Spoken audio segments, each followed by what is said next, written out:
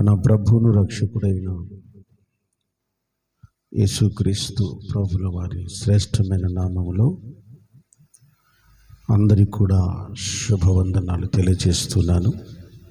మీరు కూడా మీ పక్క వాళ్ళకి వందనావచనం చేసి ప్రేమతో వారిని కనపరచండి. దేవుని పరిశుద్ధ గ్రంథములో నుండి కీర్తనల పుస్తకం 20వ కీర్తన 5వ వచనాన్ని మనం చదువుకొని చివరి మాట, చివరి లైన్, నీ ప్రార్థనలన్నీ యెహోవా సఫలపరచును గాక. అందరూ ఆమేన్ చెప్పండి. నీ ప్రార్థనలన్నీ యెహోవా సఫలపరచును గాక. చదవబడిన ఈ దైవ వర్తమానములో మహాభక్తుడైన దావీదు ఆత్మవశుడై కొన్ని అద్భుతమైన ప్రార్థనల సంగతులు రాస్తూ మాట్లాడుతున్నారు. ప్రార్థనలు వేటి మీద వేటి విషయమై మనం ప్రార్థన చేస్తాం. ప్రార్థనలో ముఖ్యంగా మనకు కావలసిన అంశాలు ఏమిటి అనే సంగతులను కీర్తనాకారుడైన దావీదు వివరిస్తూ ఏ ప్రార్థనలు సఫలపరచాలో ఆ ప్రార్థనలన్నీ కూడా తన గ్రంథంలో రాస్తూ వచ్చారు. మీరు బైబిల్ తెరిచి మొదటి వచనం నుండి నేను చదువుతాను. ఏ ప్రార్థనలు సఫలపరచబడాలని దావీదు కోరుకున్నాడో ఆ సంగతులు కూడా ఇక్కడ రాయబడుతూ వచ్చాయి. ఆపత్కాలమందు యెహోవా నీకు ఉత్తరమిచ్చునుగాక. ఆపత్కాలముల సమయములో మన ప్రార్థనలు సఫలమవ్వాలని మనం ఆశపడాలి. రెండవది అంటున్నాడు, యాకోబు దేవుని నామము నిన్ను ఉద్ధరించునుగాక. మనుషుల చేత కాకుండా దేవుని కృపచేతనే నువ్వు ఉద్ధరించబడాలి. ఆ ప్రార్థనలు సఫలమవుతాయి అంటున్నాడు.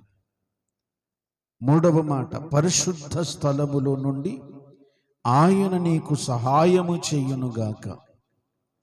పరిశుద్ధ స్థలములో నుండి నువ్వు సహాయం పొందుకోవాలి. అంటే పరిశుద్ధ స్థలములో నుండి సహాయం కొరకు నువ్వు చేసే ప్రార్థన సఫలమవ్వాలని. నాలుగవది, సియోనులో నుండి నిన్ను ఆదుకొనుగాక. సియోను అనగా దేవుని యొక్క సన్నిధి లేక దేవుని యొక్క మందిరం. అక్కడ నుండి నీకేమొస్తుంది? ఏం కావాలి? ఏం రాయబడింది అక్కడ? ఆదుకొను, సియోనులో నుండి నిన్ను ఆదుకొనుగాక. ఐదవది, నీ నైవేద్యములన్నిటినీ ఆయన జ్ఞాపకము చేసుకొనుగాక. దేవునికి చెల్లించే స్తుతి ఆరాధన అయినా సమర్పణలైన ఆయన జ్ఞాపకం చేసుకోవాలనే ప్రార్థన. ఆరవది, నీ దహన బలులను అంగీకరించునుగాక. నువ్వు అర్పించే అర్పణలను దేవుడు అంగీకరించాలని నువ్వు ప్రార్థన చేసుకోవాలి. నేను చెప్పే మాటలు అర్థమవుతున్నాయి కదా మీకు? ఏ ఏ విషయాలు సఫలం అవ్వాలో ఆయన రాస్తూ ఉన్నాడు. అయ్యా, నా ప్రార్థన అంగీకరించండి, నా అర్పణలు అంగీకరించండి. అలాగున మనం ప్రార్థన చేయాలి. ఇంకొక మాట అంటున్నాడు, నీ కోరికను సిద్ధింపజేసి నీ ఆలోచన యావత్తును సఫలపరచునుగాక. ఒక ఆలోచన చేసి మంచి కోరికలు కోరుకుంటాం, కానీ కోరికలు నెరవేర్చబడవు. మంచి ఆలోచన చేసి నీ కోరికలు సఫలం అవ్వాలని నువ్వు ప్రార్థన చేయాలి. ఇంకా అంటుంటాడు, యెహోవా నీ రక్షణను బట్టి మేము జయోత్సాహము చేయుచున్నాము. మా దేవుని నామమును బట్టి మా ధ్వజమును ఎత్తుచున్నాము. చేయబడిన ప్రార్థనలన్నీ కూడా యెహోవా సఫలపరచునుగాక. హల్లెలూయా. చాలా అంశాలు రాసుకున్నాడు ఆయన. నువ్వు చేసే ప్రార్థనలు ఈ అంశాలు ఉన్నాయి. ఈ అంశాలలోనే నువ్వు చేసే ప్రతి ప్రార్థన అమర్చబడి ఉంది. అందుకే వీటిని మనం అప్పుడప్పుడు ఏం చేయాలి? కంఠస్థం చేస్తుండాలి, ధ్యానం చేస్తూ ఉండాలి. మన ప్రార్థనలు అంగీకరించబడాలి. మనం చేసే ప్రార్థనలు అంగీకరించబడాలి. చాలామంది ప్రార్థన చేస్తూ ఉంటారు, కానీ సంవత్సరాలు తరబడుతూ, నెలలు దొల్లిపోతుంటాయి, సంవత్సరాలు దొల్లిపోతుంటాయి, కానీ ప్రార్థన నెరవేర్చబడటం లేదు. ఎందుకో? దేవుడు మన ప్రార్థన ఆలకించటం లేదా? దేవుడు మన ప్రార్థన అంగీకరించటం లేదా? ఆలోచించాలి మనం. యెషయా గ్రంథం 59 మొదటి వచనంలో ఏమని ఉంటుంది? విననేరక ఉండునట్లు ఆయన చెవులు మందము కాలేవు. విననేరక ఉండునట్లు ఆయన చెవులు మందము కాలేదు. ఆయన ప్రార్థన ఆలకించువాడు, ప్రార్థనకు ప్రత్యుత్తరం ఇచ్చువాడు. మరి మన ప్రార్థనలు ఎందుకు నెరవేర్చబడటం లేదు? మనము కూడా క్రైస్తవులమే, మనము దేవుని పిల్లలమే, ప్రభు సన్నిధిలో కనపడేవారమే. ఎందుకు మన ప్రార్థనలన్నీ పెండింగ్ ఫైల్ లాగా నిలబడిపోయాయి? ఎందుకు అంటే, నేను చెప్పే సంగతులు మీరు మనసు పెట్టుకుంటే మీ ప్రార్థనలన్నీ కూడా దేవుడు నెరవేరుస్తాడు. ఆమేన్. యెషయా గ్రంథం 33వ అధ్యాయము 15వ వచనాన్ని చూద్దాం. యెషయా గ్రంథం 33:15వ వచనం. నీతిని అనుసరించి నడుచుచు యథార్థముగా మాటలాడుచు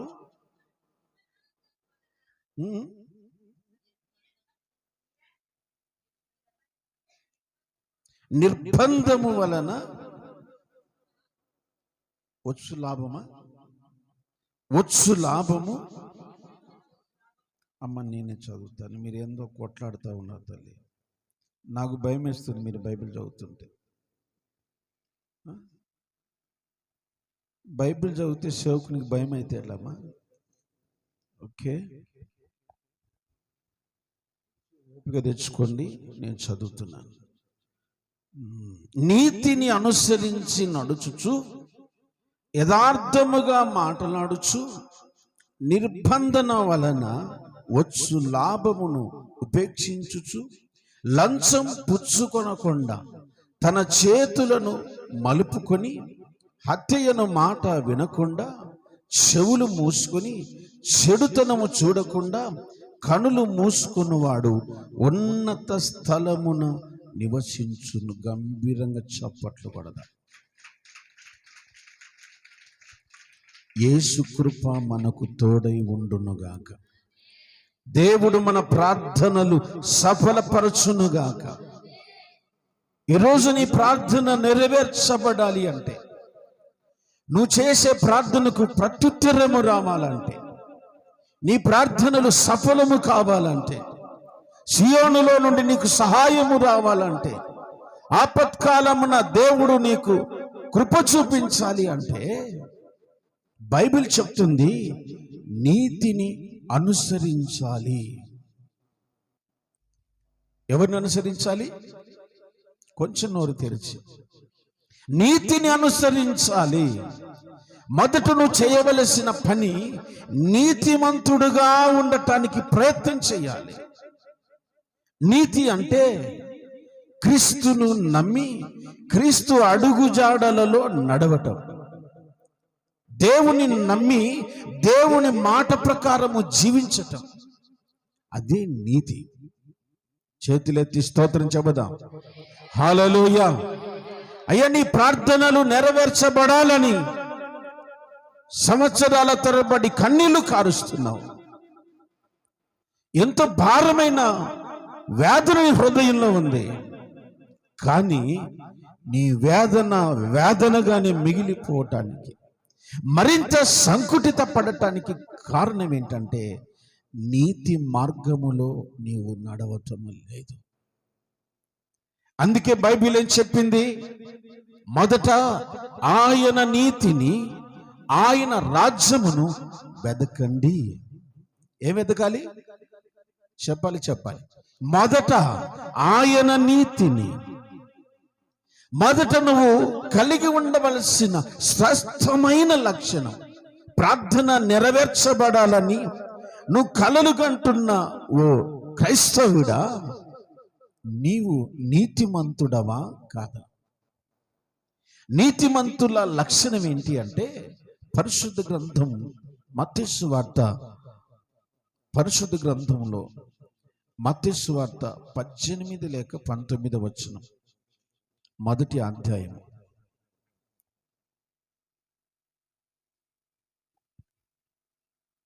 19 వచనం చూడండి. ఆమె భర్త అయిన యోసేపు నీతిమంతుడై ఉండి ఆమెను అవమానపరచనొల్లక రహస్యముగా విడనాడ ఉద్దేశించెను. నీతిమంతుని యొక్క గుణం ఏంటంటే, నీతిమంతుని అని ఎలా లక్ష్య పెట్టాలి, ఎలా గుర్తించవచ్చు అంటే, జాగ్రత్త వినండి, అతడు ఎవ్వరిని అవమానపరచడు, ఎవరిని కించపరచడు, ఎవరిని చిన్న చూపు చూడడు, ఎవరిని తక్కువ చేసి మాట్లాడడు, ఎవరి మనస్సును గాయపరచడు. తప్పుదారి వెళుతున్నా దాని విషయం ప్రార్థన చేస్తాడు కానీ ఏలెత్తి చూపించేవాడు కాదు నీతిమంతుడు. చేతులెత్తి స్తోత్రం చెబుదాం. హల్లెలూయా, హల్లెలూయా. దేవుని వాక్యం చెబుతుంది, మొదట యేసుక్రీస్తు ప్రభుల వారు పాపుల కొరకు వచ్చాడు. బాగా వినాలి, యేసు ప్రభు రాకడ, మొదటి రాకడ పాపుల కొరకు, యేసుక్రీస్తు రెండవ రాకడ నీతిమంతుల కొరకు. నీవు నీతిమంతుడవు కాకపోతే నీకు ప్రార్థనకు ఫలితం ఉండదు. నీవు నీతిమంతుడవు కాకపోతే దేవుని యొక్క రాజ్యములోనికి అర్హత కూడా ఉండదు. ఈ రెండు సంగతులు మీరు మీ హృదయంలో ముద్రించుకోవాలి. నా ప్రార్థన వినటం లేదు, దేవుడు మమ్మల్ని మరచిపోయాడు, మేము మందిరానికి వెళుతున్నాం కానీ దేవుడు మా ప్రార్థన ఆలకించటం లేదు. ఆలకించబడకపోవటానికి కారణం నీతి తప్పి తిరుగుతున్నాం. ఒక అద్భుతమైన సందర్భాన్ని గుర్తు చేస్తాను. యెషయా ప్రవక్త రాసిన యెషయా గ్రంథం 6వ అధ్యాయము, యెషయా ప్రవక్త రాసిన 6వ అధ్యాయం మొదటి లేఖనాల నుంచి చదువుతూ వద్దాం. రాజైన ఉజ్జియా మృతి నొందిన సంవత్సరమున అత్యున్నతమైన సింహాసనమందు ప్రభు ఆసీనుడగు ఉండగా నేను చూచి తిని, ఆయన చొక్కాయు అంచులు దేవాలయమును నిండుకొని ఉండెను. ఆయనకు పైగా శరాపులను నిలిచి ఉండిరి, ఒక్కొక్కరికి 6 రెక్కలుండెను. ప్రతివాడు 2 రెక్కలతో తన ముఖమును 2 రెక్కలతో కాళ్లను కప్పుకొనుచు 2 ఎగురుచుండెను. వారు సైన్యములకు అధిపతి యెహోవా పరిశుద్ధుడు, పరిశుద్ధుడు, పరిశుద్ధుడని సర్వలోకము ఆయన మహిమతో నిండి ఉండెను అని గొప్ప శబ్దముతో గానపతి గానములు చేయుచు, వారి కంఠస్వరం వలన గడప కమ్ముల పునాదులు కదులుచు, మందిరము ధూమము చేత నిండగా నేను అయ్యో అపవిత్రమైన పెదవులు గలవాడను, అపవిత్రమైన పెదవులు కలిగిన జనముల మధ్య నివసించువాడను, నేను నశించి తిని, రాజును సైన్యములకు అధిపతికి యెహోవాను నేను కన్నులారా చూచి తిని అనుకొంటిని. గంభీరంగా చప్పట్లు కొట్టాలి, చప్పట్లు కొట్టాలి యేసయ్యకు. దేవునికి మహిమ కలుగును గాక, దేవునికి స్తుతి కలుగును గాక, దేవునికి ఆరాధన కలుగును గాక. హల్లెలూయా. అక్కడ ఒక ప్రవక్త కనపడుతున్నాడు. ఆ ప్రవక్త పేరు యెషయా. ఏమేమి చూశాడు? ఏమేమి కనపడుతున్నాయి ఆయనకు? అత్యున్నత సింహాసనాసీనుడైన దేవుడు కనపడుతున్నాడు. ఆయన ధరించిన వస్త్రాలు కనపడుతున్నాయి. ఆయన చుట్టూ ఉన్న శరాపులు, వారి స్వరాలు వినబడుతున్నాయి. అక్కడ జరుగుతున్న అద్భుతాన్ని గడప కమ్ములు ఆ స్వరములను వినబడుట వలన గడప కమ్ములు కదిలిపోగా ఆయన గమనిస్తున్నాడు. ఎంత అద్భుతమైన దర్శనం, ఎంత అద్భుతమైన ప్రత్యక్షత, ఇంత గొప్ప కార్యమును యెషయా ప్రవక్త చూడగలిగాడు.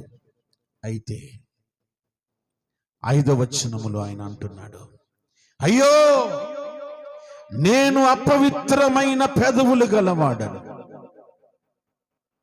అయ్యో నేను అపవిత్రమైన పెదవులు గలవాడను. ఓ క్రైస్తవుడా, ఓ విశ్వాసి, జాగ్రత్తగా మనసు పెట్టు. నువ్వు దర్శనాలు చూడగలిగిన శక్తి నీకు ఉండవచ్చు. నువ్వు దేవుని సన్నిధిలో గొప్ప ఆత్మవరాలు కలిగిన బిడ్డవై ఉండవచ్చు. ప్రవచన వరము కలిగిన వరము నీకు ఉండవచ్చు. స్వస్థత వరము నీకు ఉండవచ్చు. అయితే నువ్వు అపవిత్రుడవైతే, నీ పెదవులు అపవిత్రములైతే నువ్వు జాగ్రత్త పడాలి. ఆమేన్. హల్లెలూయా, హల్లెలూయా. అన్ని దర్శనాలు చూడగలుగుతున్నాడు కానీ ఆయన మాత్రము దేవుని స్తుతించలేకపోతున్నాడు. ఆయన కూడా స్తుతించాలని నోరు తెరుస్తున్నాడు, కానీ స్తుతి కలవటం లేదు, నోరు కదలటం లేదు, నాలుక సలడటం లేదు. కారణం ఏంటి? అపవిత్రత. ఈరోజు నీ ప్రార్థన, మందిరానికి నడిచిన, పరిచర్య చేసిన, పాటలు పాడిన, ఆరాధన చేసిన, గంభీరమైన స్వరములతో ప్రభు సన్నిధిని మహిమపరిచిన నీ ప్రార్థన నెరవేరకపోవటానికి కారణం అపవిత్రత నీ పెదవుల మీద కనపడుతుంది. అపవిత్రమైన నాలుక. పెద్దలు అంటారు కదండి, నరము లేని నాలుక నానా విధాలుగా మాట్లాడుతుందట,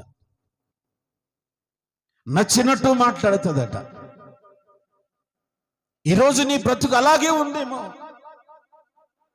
ప్రతి వచనము నీకు కంఠస్థమే, కానీ నీ ప్రార్థనలు సఫలము కావట్లేదే.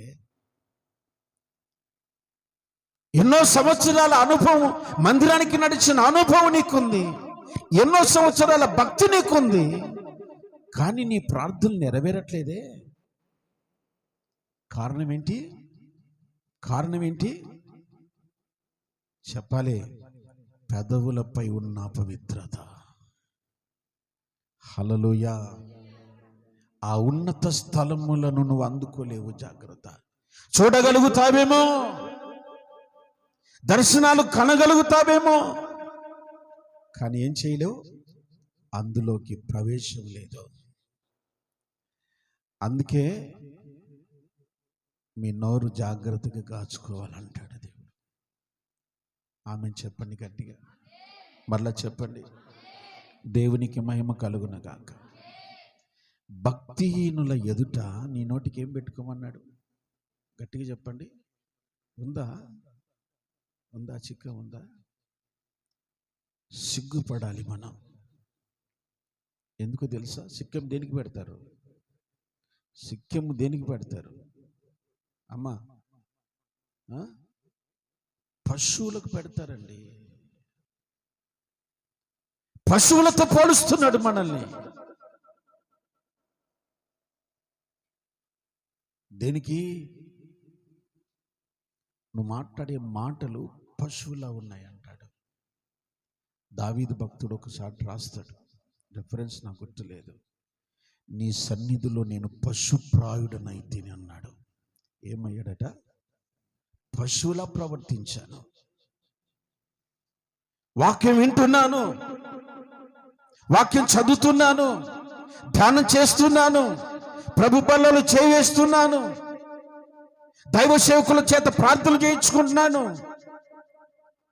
కానీ నా నోరు మాత్రం ఏంట్లో లేదు, కంట్రోల్లో లేదు. భర్తను నోటికి వచ్చినట్టు మాట్లాడేస్తారు,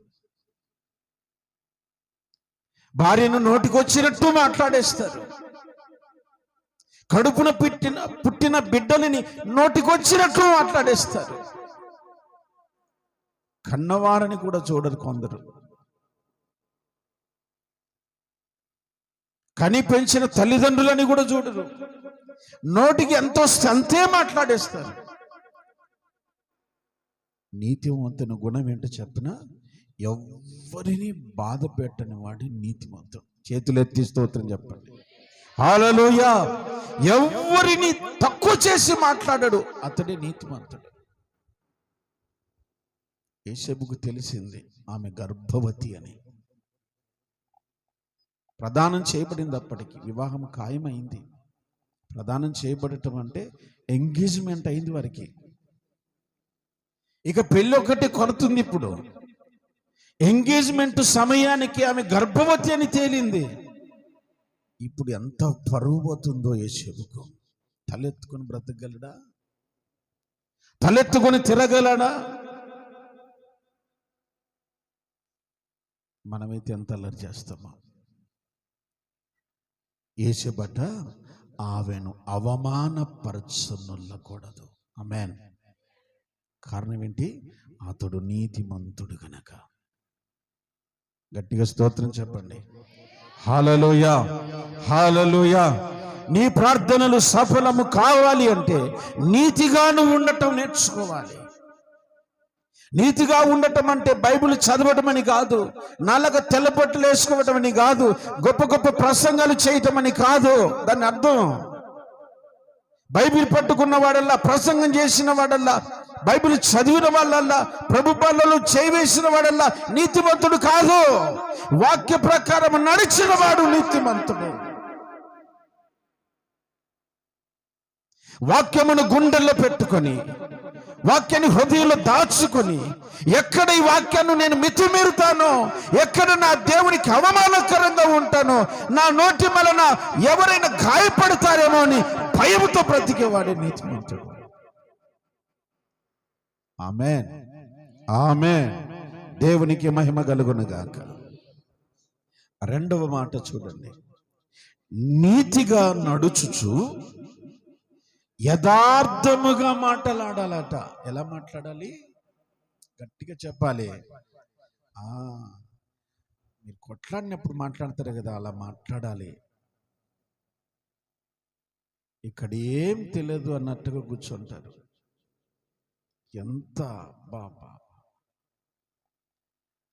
నోట్లో అట్టిపండు పెడితే ఏంటన్నా ఇది, దీన్ని ఏం చేయాలి అన్నట్లు కూర్చుంటారు. ఇక్కడ మీరు ఒక్కరే కాదులేండి, విశ్వాసులు అందరూ అంతే. నోరు తెరిచి అస్సలు వాక్యంలో అడుగు, ఏదైనా క్వశ్చన్ వేస్తే క్వశ్చన్కి ఆన్సరే ఉండదు. ఎలా మాట్లాడాలట? యథార్థముగా మాట్లాడొచ్చు. నీ ప్రార్థనలు సఫలం అవ్వాలి అంటే యథార్థత నీకు ఉండాలి. యథార్థత అంటే చెప్తాను వినండి, యథార్థ హృదయం అంటే చెప్తాను వినండి. మేలు కలిగినప్పుడు ఒక విధంగా మాట్లాడటం, కీడు కలిగినప్పుడు మరొక విధంగా మాట్లాడేవాడు యథార్థవంతుడు కాదు. నిన్ను పొగిడినప్పుడు ఒక విధంగా, నిన్ను పొగడినప్పుడు లేక హెచ్చరించినప్పుడు ఒక విధంగా మాట్లాడితే అతడు యథార్థవంతుడు కాదు. బైబిల్ చూడండి, యోబు గ్రంథం 26వ అధ్యాయం 5వ వచనం. యోబు గ్రంథం 26:5 వచనం.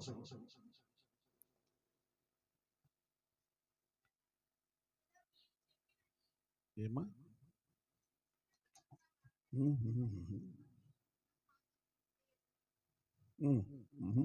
యోబు గ్రంథం 26, క్షమించాలి 27, 5వ వచనం.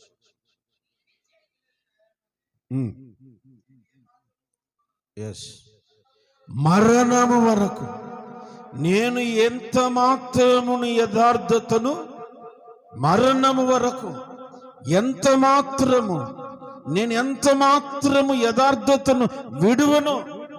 నేను ఇలాగ చచ్చిపోయినా, నా శరీరం చీకిపోయినా, నా ఆస్తి పోయినా, నా భార్య నన్ను దూషించినా, నాకు కలిగినవన్నీ పోయినా, నేను మాత్రం ఒకే విధంగా దేవునికి స్తోత్రం చెప్తాను.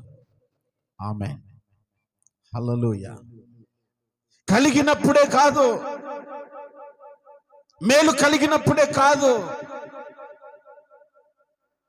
మేలు కలగకపోయినా, కీడు నాకు సంభవించినా, నేను మాత్రం ఏం విడిచిపెట్టాడు చెప్పాలి? ఏం విడిచిపెట్టాడు? యథార్థతను. నీ జీవితంలో, నీ కుటుంబంలో ఏదో చిన్న ఇష్యూ జరిగింది.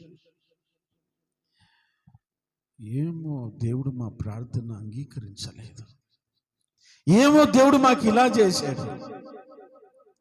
ఇదేనండి యథార్థత? ఇదేనా మనం నేర్చుకున్న భక్తి?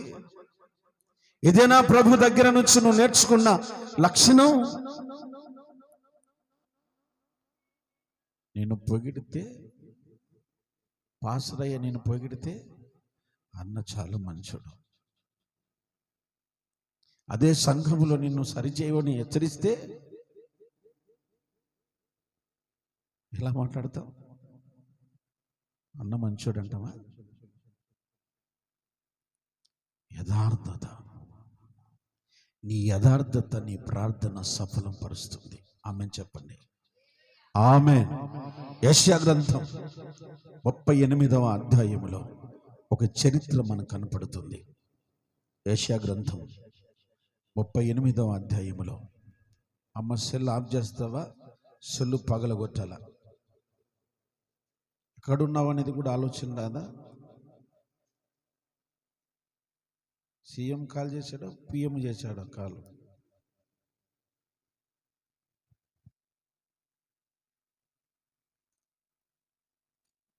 వచ్చేది వారంలో ఒక రోజు, మళ్ళీ దాంట్లో డిస్టర్బెన్స్. చూడండి యెషయా గ్రంథం 38వ అధ్యాయం.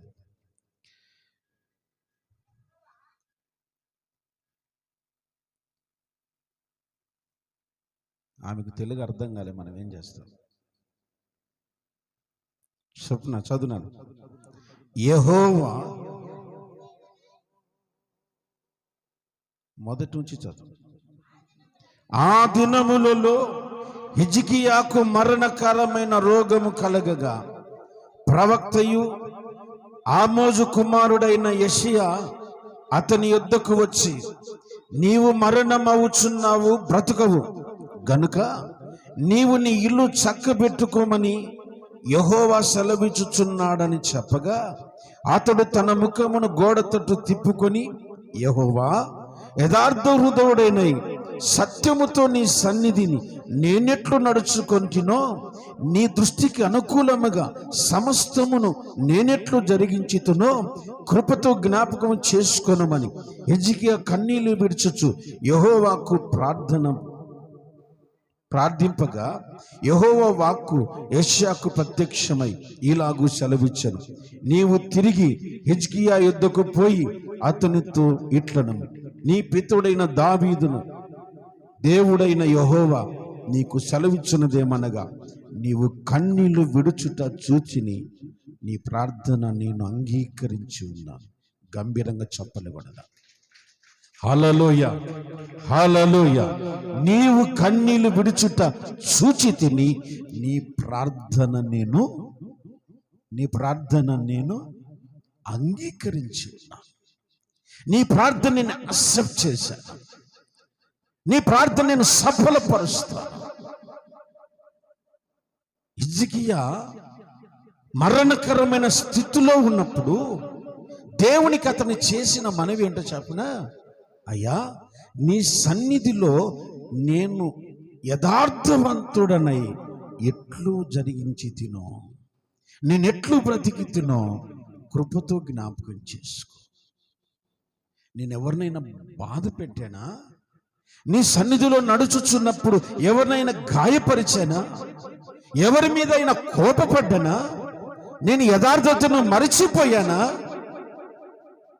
జ్ఞాపకం చేసుకోనమని దేవుని సన్నిధిలో ప్రార్థన చేయగానే దేవుడు వెంటనే హిజ్కియాకు ఆ మాట చెప్తున్నాడు, నీ ప్రార్థన నేను అంగీకరించున్నాను. ఆమె చెప్పండి, దేవునికి మహిమ కలుగునగాక. హల్లెలూయా. నీ ప్రార్థన సఫలము కావాలంటే ఏమేమి ఉండాలి చెప్పండి? మొదట నీతిగా బ్రతకాలి. రెండవది ఎలా బ్రతకాలి? యథార్థముగా. మనసు ఉన్నప్పుడు ఒక మాట, మనసు లేనప్పుడు ఒక మాట. మనుషుల ముందర ఒక విధంగా ప్రవర్తించేది, మనుషులు లేనప్పుడు ఒక విధముగా. ఇది యథార్థవంతుల లక్ష్యం కాదు.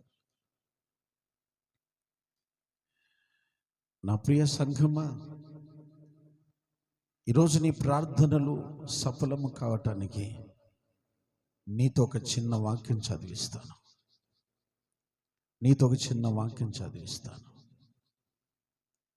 సమూయేలు మొదటి పుస్తకంలో ఆ అధ్యాయం మనకు అంత తెలుసు. మొదటి అధ్యాయంలో ఓ తల్లి మనకు కనపడుతుంది. ఆమె పేరు చెప్పండి. ఆమెకేం కొరతుంది? సంతానము లేదు. ఎన్నో రోజుల నుంచి ప్రార్థన చేస్తుంది, మందిరానికి నడుస్తుంది, కానీ వెళ్ళిపోతుంది. మందిరానికి నడుస్తుంది, ప్రయోజనం లేకుండా, ప్రార్థనలు సఫలం లేకుండా వెళ్ళిపోతుంది. ఎందుకో ఒక రోజు హృదయంలో బాధేసింది, హృదయం నిండా దుఃఖంతో వచ్చేసింది. ఆమె రాస్తుంది అక్కడ, ఆమె ప్రార్థన అక్కడ రాయబడింది, మనోవేదనతో అన్న మాట చూడండి. అది కాదు నా ఏలినవాడా, నేను మనో దుఃఖము గల దానినై ఉన్నాను. ఎలా ఉందంటే చెప్పండి, ప్రార్థన నెరవేరలేదు, కోరికలు సఫలం కాలేదు, ఉద్దేశించినది ఏది కూడా నెరవేరట్లేదు. హృదయంలో అంతా ఒక విధంగా బాధ అయిపోయింది. ఎందుకు దేవుడు నా ప్రార్థన వినట్లేదు? నేను కానుకలు ఇస్తున్నాను, మందిరానికి నడుస్తున్నాను, కానీ దేవుడు ఎందుకు నాకు సహాయం చేయట్లేదు? బాగా వినాలి ఇక్కడ. స్తోత్రం చెప్పండి ఒకసారి, మళ్ళీ చెప్పండి. ఆ తల్లి మనోవేదనతో మందిరంలో ప్రార్థన చేయడం మొదలుపెట్టింది. అయితే ఇక్కడ ఒక సంగతి మీరు చదవాలి. అదేంటో చెప్పిన చూడండి, ఎందుకు ఆమెకు గర్భం కలగలేదు?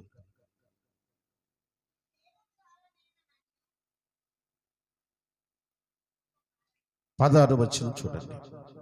నీ సేవకురాలనైన నన్ను పనికి మాలిన దానిగా ఎంచవద్దు, అత్యంతమైన కోప కారణమును బట్టి బహుగా నిట్టూర్పులు విడుచుచు నాలో నేను. ఆమెకి ఏముందంట చెప్పండి? ఏముందంట ఆమెకి? ఏముంది? గట్టి చెప్పాలి, గట్టిగా. నీ ప్రార్థన నెరవేరకపోవటానికి కోపం కూడా ఒక కారణమే. నీ ప్రార్థన సఫలము కాకపోవటానికి, నువ్వు ఆశించినది నీకు దొరకకపోవటానికి కారణం నీ కోపమే. తన కోపమే తనకు, గట్టిగా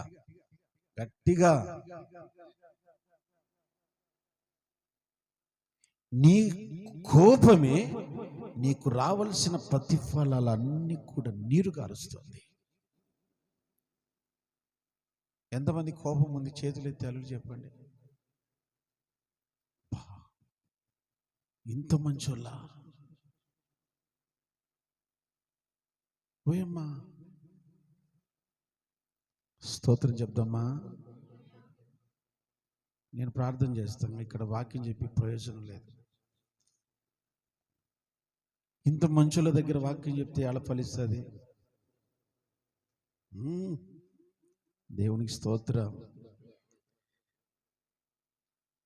మామూలు కోపం కాదంట అన్నం, అదే అత్యంత కోప కారణం. అందుని బట్టి నేను ఏడుస్తున్నాను. నాకు అన్నీ ఉన్నాయి, మందిరానికి నడిచే అనుభవం ఉంది, సమర్పణలు ఇచ్చే అనుభవం ఉంది, నీ సన్నిధిలో ప్రార్థించే అనుభవం ఉంది. కానీ నాకు ఒక బలహీనత ఉంది. ఏంటది? అత్యంత కోప కారణమును బట్టి నేను ఈ వేదన పడుతున్నాను. నేను తొలగించుకోవాలని ప్రార్థన చేస్తున్నాను. ఓ చెల్లి నాతో ఒక మాట అడిగింది, అన్నా నాకు పిల్లలు కలగట్లేదు, ప్రార్థన చేయండి. నేను అన్నాను ఒక మాట, నీకు కోపం ఎక్కువ ఉందమ్మా అని అడిగాను. ఉంది అన్నయ్య.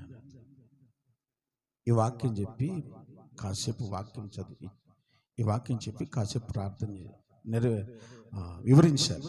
ఇలా జరుగుతుందమ్మా, దాని కోపం వల్లనే నీకు రావలసినటువంటి రక్త కణాలు అది తినేస్తుంది, కార్యం జరగట్లేదు, అక్కడ నీ గర్భఫలం కలగట్లేదు, దాన్ని తీసేసుకుంటే ప్రభు నీకు సాయం చేస్తాడని చెప్పారు. అయితే కోపం తగ్గేలాగా ప్రార్థన చేయండి అని అడిగింది. చేశాను. దేవుడు అద్భుతమైన కార్యం చేశాడు. 2 సంవత్సరాలు ఇప్పుడు పాప పుట్టి, స్తోత్రం చెప్దామా? మళ్ళీ చెప్దామా? ప్రభుకు మహిమ కలుగునగా. డాక్టర్లు ఏం చెప్తారు తెలుసా? నీ గర్భంలో అవి బుడగలు ఉన్నాయి అంటారు, నీ గర్భఫలంలో గర్భంలో ఇన్ఫెక్షన్ ఉంది అంటారు. కానీ బైబిల్ చెప్తుంది ఆ ఇన్ఫెక్షన్కైనా బుడగలకైనా కారణం నీ కోపమే. కోపం వల్ల ఎన్ని కుటుంబాలు నాశనం అవుతున్నాయి, కోపం వల్ల ఎంతమంది జీవితాలు పతనం అవుతున్నాయి. నీ కోపం వల్ల నీకు నీవే శత్రువుగా మారిపోతున్నావు.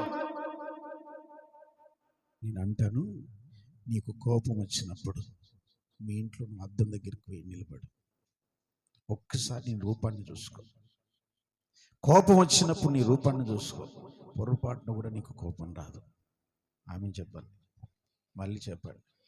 అమ్మా, మేకప్ వేసుకున్నప్పుడు కాదు, పౌడర్ పూసుకున్నప్పుడు కాదు, కోపం వచ్చినప్పుడు అర్థం చూసుకో. ఇంత భయంకరంగా ఉంటానా నేను, అసలు నాది ఫేసేనా అనిపిస్తుంది. నీకెలా తెలుసు అన్న? నేను చూశాను కాబట్టి చెప్తున్నా. ఆమె చెప్పండి. దేవునికి మహిమ కలుగునగాక. నీ ప్రార్థన నెరవేరకపోవటానికి మొదటి 2 కారణాలు వేరు, నీకున్న బలహీనత కారణం వేరు. అవి 2 ఆత్మ సంబంధమైనది, ఇది శరీర సంబంధమైనది. హన్నాకున్న ఓ గొప్ప బలహీనత ఏంటి?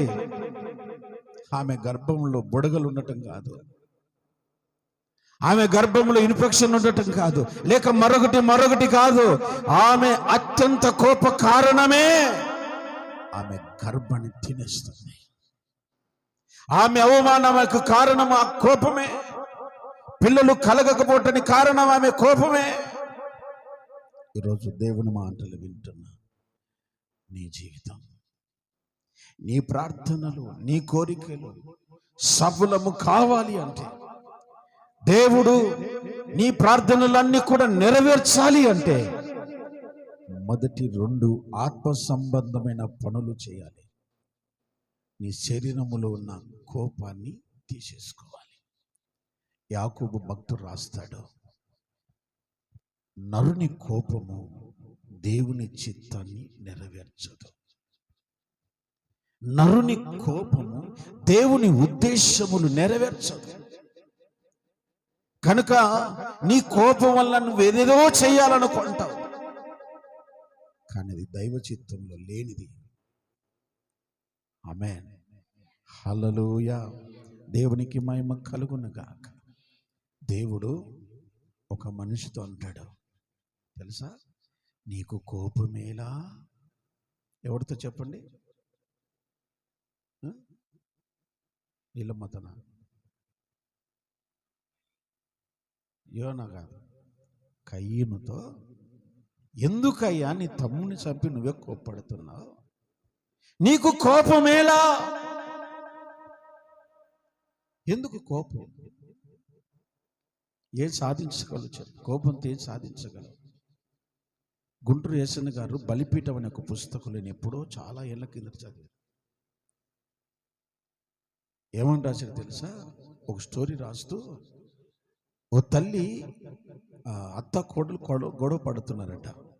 కోడలు పిల్ల తల్లి, ఒక సంవత్సరం బాబు పాప, పాలకేసుకొని అత్త మీద కోప్పడుతూ మాట్లాడుతుందట. అలాగే మాట్లాడుతున్నారు. ఆ పాలు రక్తంగా మారిపోయి బిడ్డ నోట్లోంచి రక్తం వస్తుందట. ఎవరో చెప్పారు, ఏం కొట్లాడతారు కానీ బిడ్డకు రక్తం వస్తుంది చూస్తే అవి పాలు కాదట, తల్లి రొమ్ములో నుంచి వచ్చే బ్లడ్ అట. డాక్టర్లు చెప్పారు, నీ కోపాన్ని బట్టి తెలుపైనది కూడా ఆ రక్తంగా మారిపోయిందని. కోపం ఏం చేసింది తెలుసా? పాలను కూడా, పోషణ కలిగిన పాలను కూడా విషంగా మార్చేస్తుంది. అందుకే బైబిల్ ఒక మాట చెప్తుంది. ఏమంటదంటే, పరిశుద్ధ గ్రంథంలో చూడండి. నేను ఈ మాట చెప్పి ప్రార్థన చేస్తాను. కీర్తనల పుస్తకం, మీ బైబిల్ తెరిచి కీర్తనల గ్రంథం ఒకసారి ఓపెన్ చేసి 66వ కీర్తన 18వ వచనం చూడండి.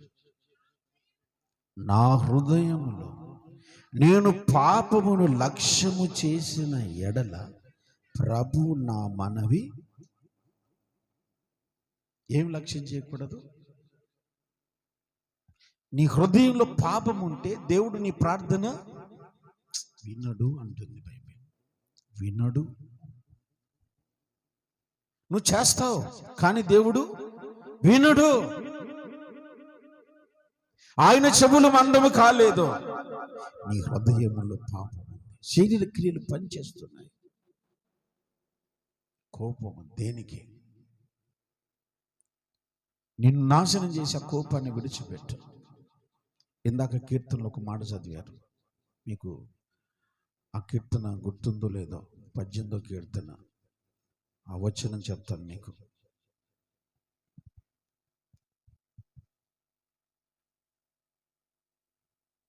పద్దెనిమిదవ కీర్తన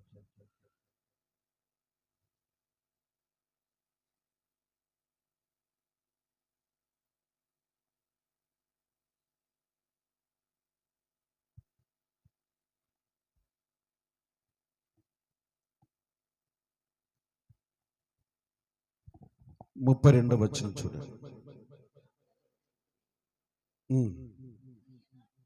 నన్ను మంచి మార్గంలో నడిపించువాడు ఆయనే. స్తోత్రం చెప్పండి. కోపాన్ని జయించే బలము ఆయన ఇవ్వాలి. నీతిగా నడిచే బలము ఆయన ఇవ్వాలి. యథార్థంగా నడిచే బలము కూడా ఆయన ఇవ్వాలి. నీ చేత కాదు వాటిని జయించటం. నీ చేత కాదు వాటిని మానేయటం. నీ చేత కాదు, నా చేత కాదు మనం నీతిగా నడవటం. ఆయన అంటున్నాడు, యథార్థమైన మార్గములో మనల్ని నడిపించువాడు ఆయనే. స్తోత్రం చెప్పండి. ఆమేన్, హల్లెలూయా. అయ్యా, నన్ను నీతి మార్గములో నడిపించు, నన్ను యథార్థంగా నడిపించు. నాలో ఉన్న బలహీనతలన్నిటినీ నీవే తీసివేయి నాయనా. నా వల్ల కావట్లేదు వీటిని జయించటం. నువ్వు మనవి చేసినట్లయితే మొదట వీటిని జయించటానికి ప్రయత్నం చేయండి. మొదట వీటి ప్రకారం నడుచుకోవటానికి ప్రయత్నం చేయండి. అప్పుడు మొదటి వచనం నుండి 5 వచనాల వరకు ప్రతి సహాయము నీకు అందించబడుతుంది. ఆమేన్. ఆపద్దినమున ప్రభు నీకు సహాయం చేస్తాడు. సియోనులో నుండి నీకు సహాయం వస్తుంది. సియోనులో నుండి, ఆయన సన్నిధిలో నుండి నీకు ఆదరణ కలుగుతుంది. కనుక ఈ సంగతులన్నీ కూడా నీ జీవితంలో నెరవేరాలి అంటే నీ శరీర బలహీనతలు ఒప్పేసుకొని నీతిగాను యథార్థంగాను బ్రతకటానికి సిద్ధపడుదాం. దేవుడి మాటలు దీవించును గాక. తలలు వంచి ప్రార్థనలో ఏకీభవించాలి. అందరూ తలలు వంచి ప్రార్థనలో ఏకీభవించండి.